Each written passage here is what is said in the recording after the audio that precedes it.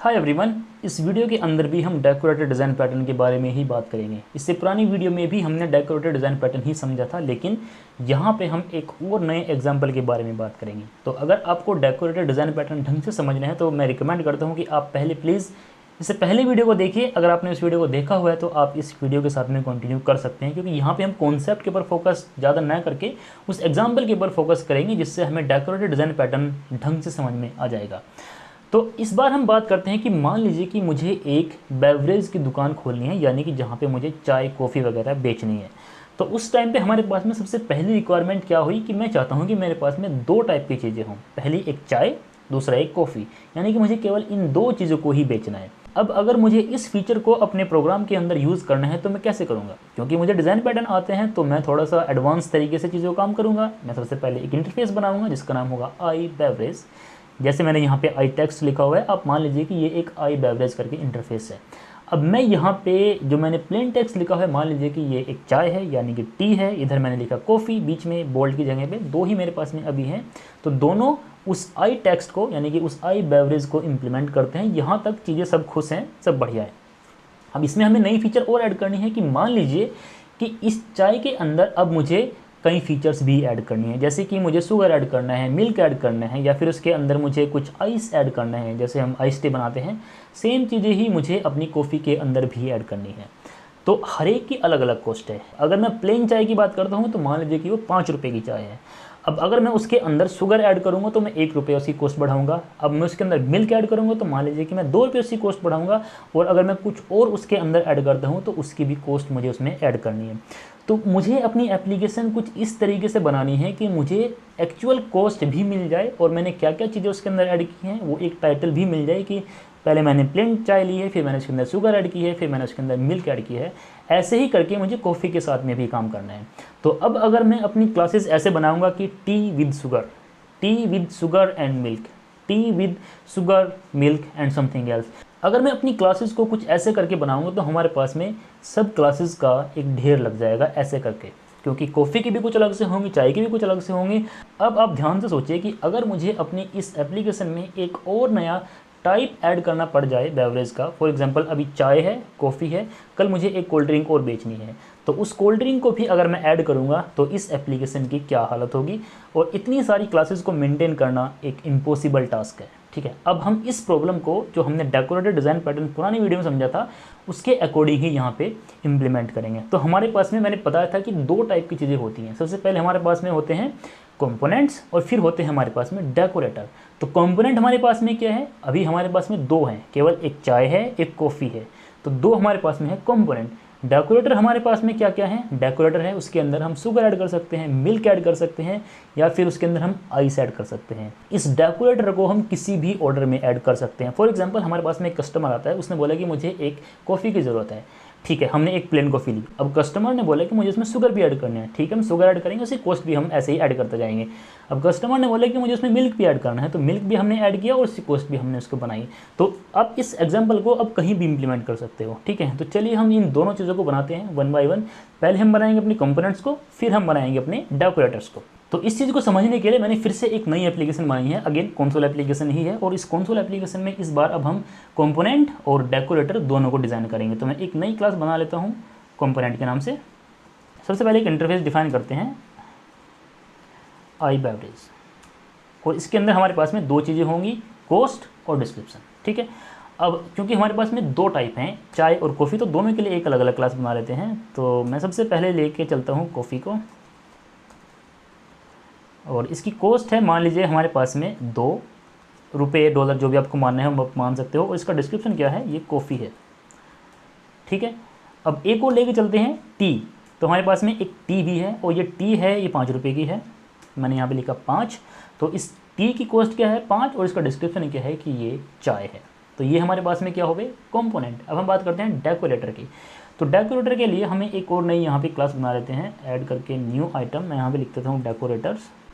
तो यहाँ पे सबसे पहले हम अपनी एब्स्ट्रैक्ट क्लास को बनाएंगे, जिसके अंदर हमारे पास में रैपर होगा। तो हम कैसे बनाएंगे? एब्स्ट्रैक्ट क्लास, मैं यहाँ पे इसमें बेवरेज डेकोरेटर भी लिख देता हूँ।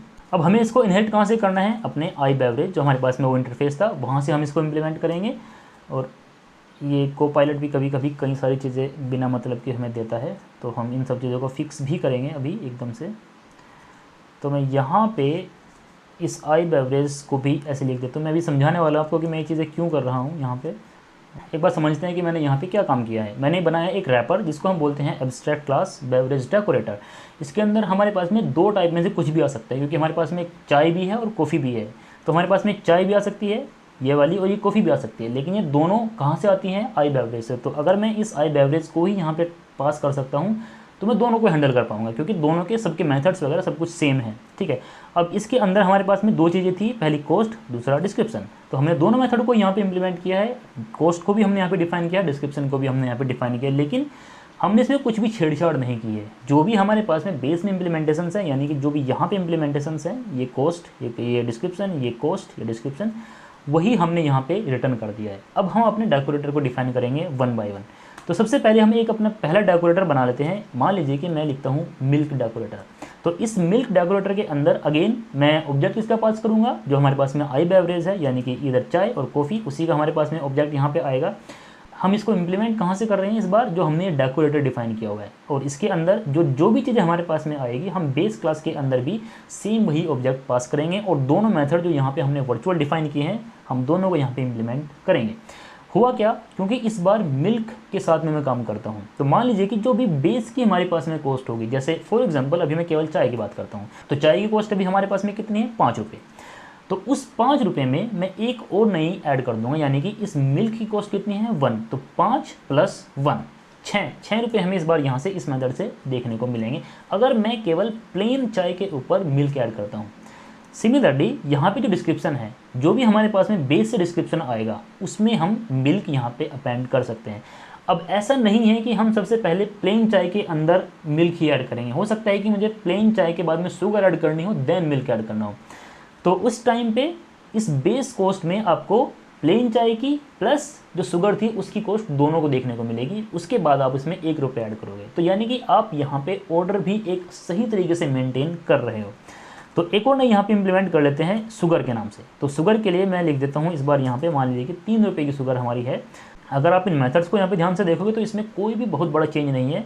सेम हम कॉस्ट डिस्क्रिप्शन दोनों को इम्प्लीमेंट कर, वही काम हमने सेम यहाँ पे किया है। इस बार हमने यहाँ पे मिल्क की कॉस्ट ऐड की थी, यहाँ पे हमने इस शुगर की कॉस्ट ऐड कर दी है। ठीक है, तो एक और बना लेते हैं, मान लीजिए कि लेमन डेकोरेटर। ठीक है, तो इसकी जो कॉस्ट है वो 2 रुपये है और प्लस लेमन। तो हमने इतना काम करने के बाद में अपनी सारी इम्प्लीमेंटेशंस को बना दी है। मैंने पहले बताया था कि हमारे पास में 2 टाइप की चीज़ें होंगी, पहले होंगे कंपोनेंट्स, दूसरे होंगे हमारे पास में डेकोरेटर्स। तो ये हमारे सारे कंपोनेंट्स हैं, 2 ही हमारे पास में आजकल चाय और कॉफ़ी है, और हमारे पास में 3 डेकोरेटर हैं। हम उन चाय और कॉफ़ी पे केवल ये 3 सर्विस ही प्रोवाइड करते हैं। अब चलिए बात करते हैं कि इसको हम रियल टाइम में यूज़ कैसे करेंगे। तो मैं चलता हूँ program.cs के अंदर, और यहाँ पे सब कुछ हटाने के बाद में सबसे पहले एक कस्टमर हमारे पास में आता है, उसने बोला कि मुझे एक चाय की ज़रूरत है। तो हम क्या काम करेंगे? आई बेवरेज।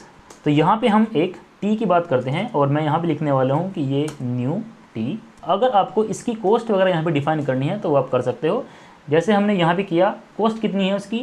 t.cost, और हम उसका डिस्क्रिप्शन क्या निकालेंगे? t.description। तो मैं इसको रन करता हूँ, ये केवल प्लेन चाय है, इसमें कुछ भी फंक्शनैलिटीज़, कुछ भी फीचर एडिड नहीं है। मैं इसको रन करता हूँ और देखते हैं कि हमें क्या आउटपुट देखने को मिलता है। जो हमारी ये प्लेन चाय है ये 5 रुपये की है, और इसका डिस्क्रिप्शन है कि ये चाय है, इसके अंदर कुछ भी एडिड नहीं है। अब कस्टमर बोलता है कि मुझे इसमें चीज़ों को और ऐड करना है, तो हम क्या काम करेंगे? यहाँ पे इस टी के अंदर, अब कस्टमर ने बोला कि मुझे इसमें मिल्क भी ऐड करवाना है, तो क्योंकि मिल्क की कॉस्ट थोड़ी सी अलग है लेकिन हमारे पास में फीचर है, तो इस बार हम इसको ऐसे करके इम्प्लीमेंट कर सकते हैं। और मैं फिर से वही लाइन यहाँ पे एक बार रिपीट कर देता हूँ, लाइक दिस। अब अगर मैं रन करता हूँ तो आप देखोगे कि ये कैसे काम करता है। तो अब ध्यान से देखो, पहले हमारे पास में क्या कॉस्ट आई?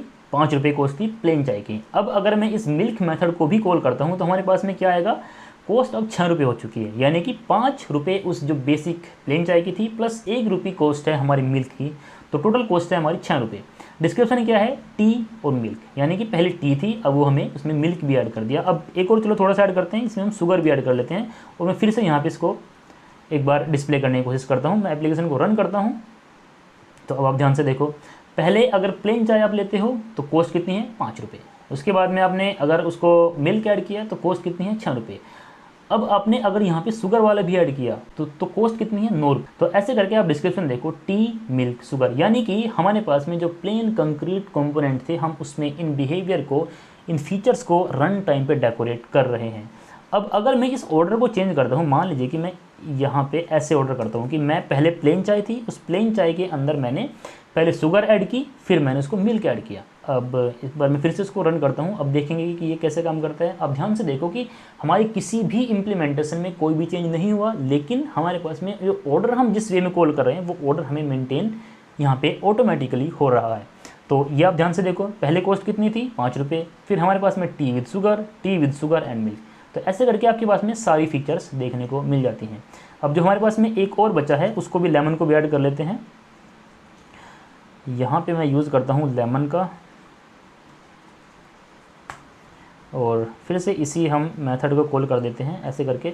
इस टाइम पे अगर आपको ये कन्फ्यूज़न हो रहा है कि हमें इतने सारे प्राइस क्यों देखने को मिलते हैं, हर लेवल पे प्राइस हम क्यों देख रहे हैं, तो आप इन प्राइस को यहाँ पे हटा सकते हो और सबसे लास्ट में अपना एक प्राइस आप डिस्प्ले कर सकते हो। उस टाइम पे आपको सारी चीज़ें बिल्कुल क्लियर हो जाएंगी। तो फॉर एग्जांपल अगर मैं यहाँ पे ऐसे करता हूँ, मैं प्राइस जो है हर लेवल पे कैलकुलेट न करके मैंने एक चाय बनाई, उसके अंदर फिर मैंने शुगर ऐड कर दी, अब मैंने उसके अंदर टी ऐड, अब उसके अंदर मैंने मिल्क ऐड कर दिया, मैं यहाँ पे लेमन ऐड कर दिया। इतनी सारी चीज़ें करने के बाद में अब मैं उसकी कॉस्ट निकालता हूँ और डिस्क्रिप्शन निकालता हूँ।